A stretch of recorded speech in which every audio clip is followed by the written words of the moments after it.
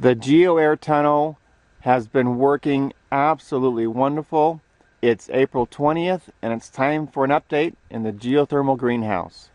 I am working diligently on getting all the video edited, the materials list together, and all the information to pass on to you how to build this very inexpensive 20-foot by 40-foot long geothermal greenhouse. We are growing year-round with no additional heat using Geo-air technology.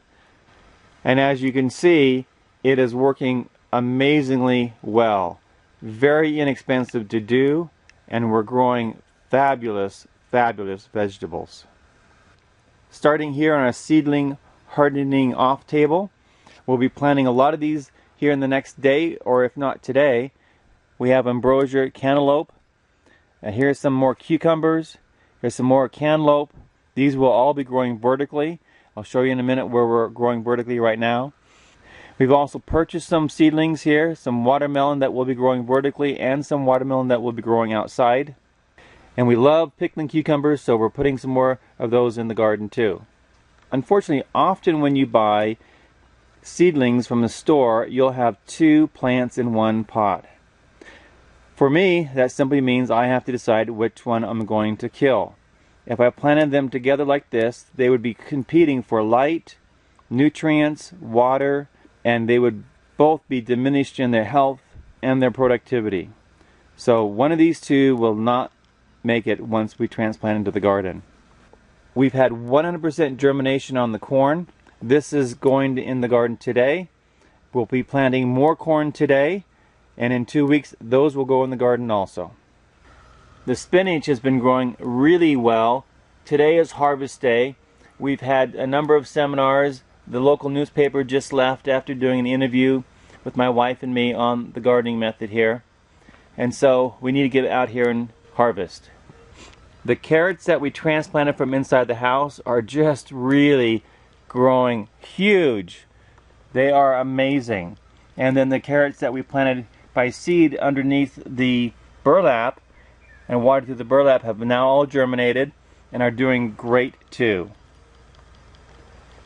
Here we have our green onions coming up, and they are looking excellent. I cannot describe the amazing flavor from the cilantro. When we have people come to the garden, we had about 160 Saturday at our gardening seminar, and those who came to the garden, I had them taste the cilantro. It just is beyond words amazing. We really do love our guacamole, and as I mentioned, this cilantro is just absolutely beyond words.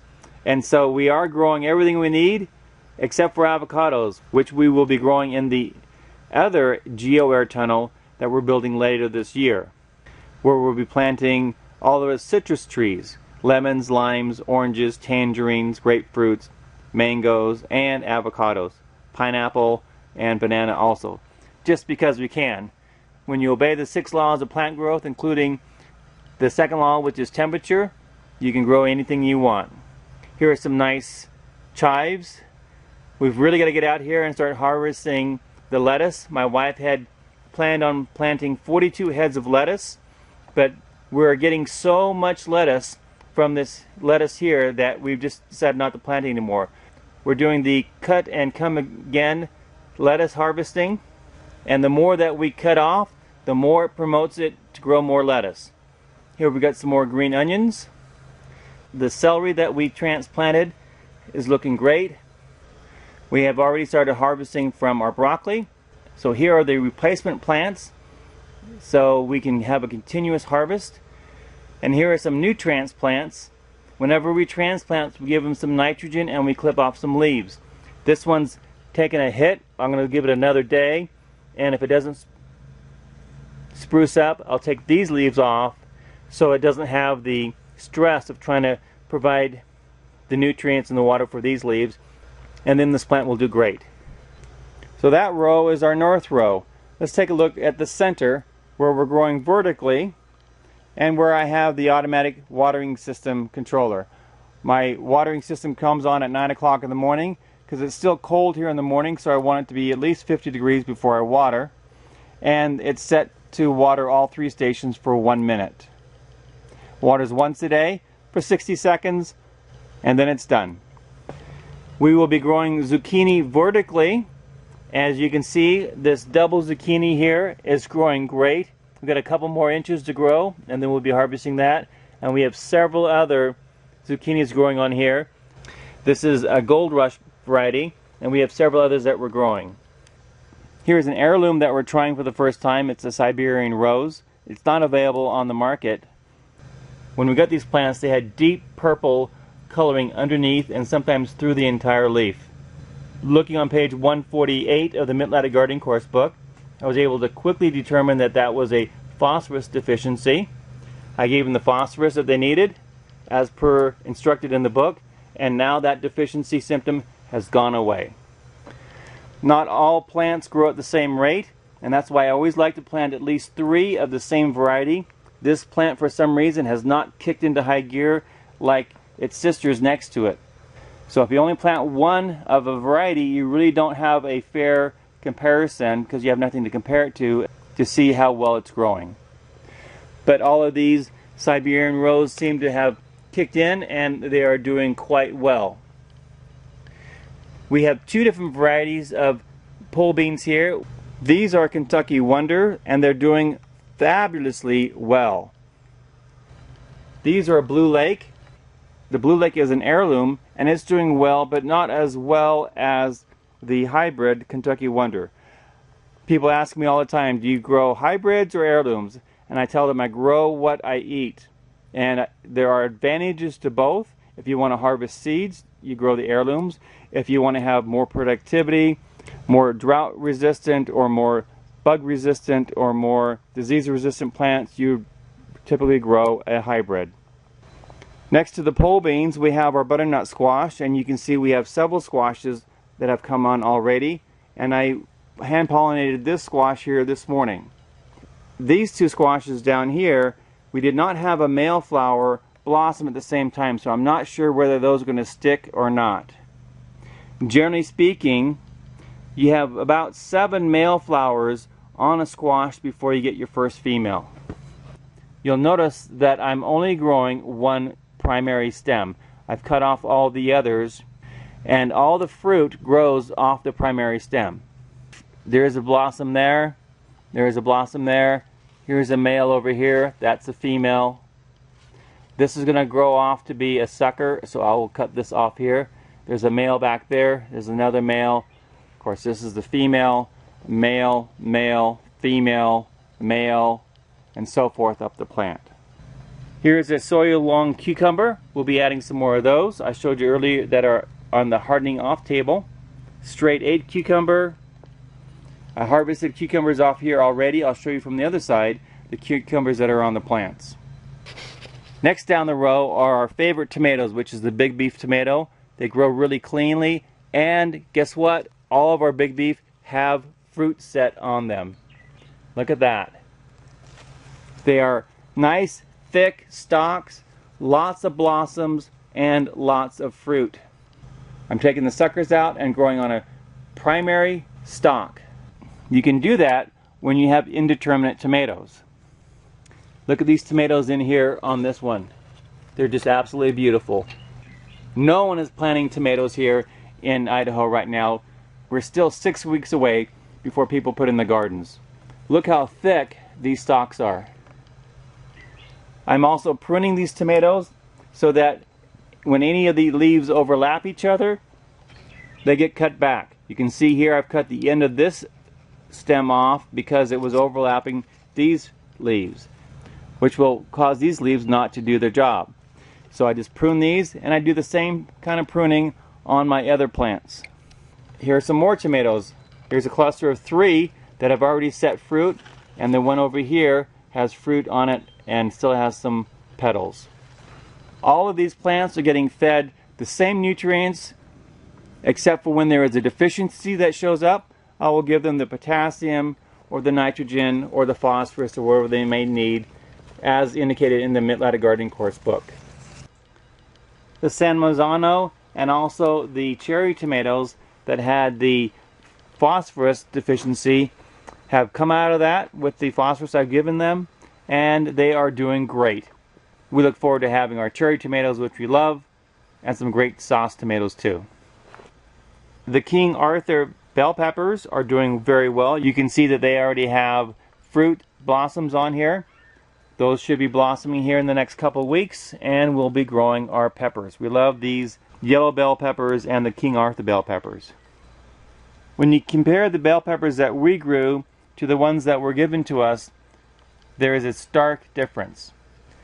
This is a great example of the advantage of mixing your own soil. We simply bought some sand and got free sawdust, so we know what was not in the soil. These were initially grown in purchased soil that apparently has some kind of toxin in it, but these plants have not recovered at all. The size, again, tells the story. Again, the same contrast between the Black Beauty eggplant that we planted and the other eggplant that we got from a friend with the purchased soil. These eggplants will be coming out, and we'll be putting in some new eggplants. We'll also be adding some more banana peppers. We love the banana peppers. My favorite go-to munchie are sweet peppers. Whether they're bell peppers or banana peppers, I just enjoy my peppers, just fresh by themselves. We'll be planting the rest of this bed here later this week, and we're looking forward to having all those plants starting in production. You'll see that here in a couple weeks. I also plan on getting the automatic watering system pipe drilled today and installed. We've had 100% success on the onion transplants. They've all taken well, and they are growing great. We have 3 different varieties, as I mentioned in a previous video, and I couldn't be more pleased. I have these A-frames here for the mini row covers as a demonstration for the people that came over Saturday for the seminar, but this is how you would use them in the greenhouse if you were concerned about cold weather, or if you wanted to put down shade cloth. Instead of using wooden stakes to hold up my grow boxes, I decided to use 3/4 inch thin wall PVC. There are 3 advantages for doing so. First of all, it holds the box in place, so I don't have to worry about the wood bending or twisting. The PVC posts also are great for putting in and holding the A-frames. And as an extra bonus, I put the 1/2 inch PVC inside of the larger PVC, and as I drag the hose around my garden, it protects the plants from getting decapitated from the hose. So 3 different advantages for using the PVC to hold up the grow boxes. Next to the onions, we've planted our beets, and as you can see, we are getting great production from the beets. Unlike my wife's experience in her previous gardening, even though she had great beets. I think one advantage in eating the beet greens is that it provides more energy for the beet root. And so we're eating the greens, and we're going to get a very nice sized beet at the same time. So if you want larger beets, eat your greens also. We've been eating out of this garden for over a month now. The Swiss chard and the kale are doing good, and you can see where we've come in and cut, and the new leaves have started growing again. The purple cabbage is absolutely beautiful and creating a nice tight head in there. The other broccoli we have here has put on several broccoli heads, and this one will be probably harvested here today or tomorrow also. Again, don't forget to eat the secondary parts of the plants where there's more food than just eating the flower. We have great looking cauliflower heads in our cauliflower plants. We've been eating these leaves too in our salads, green smoothies, and sandwiches. And the last part of the garden is the cabbage. The cabbage is looking great, and we're very happy with the production and the quality, the flavor of the cabbage. Now you take a look at this cabbage and you have to ask, what on earth is going on? All your plant stable looks so great and this one's torn up. Well, when your fan does a face plant onto the cabbage, it does some damage. But because the cabbage is so strong and healthy, it took the damage and keeps on growing. So there you have it, this week's update on the Geo-air tunnel. This is LDS Prepper reminding you, if ye are prepared, ye shall not fear. A good way to prepare for this growing season is to order the Mittleider Gardening Course book and a couple micronutrient packs to get your garden off to a great start.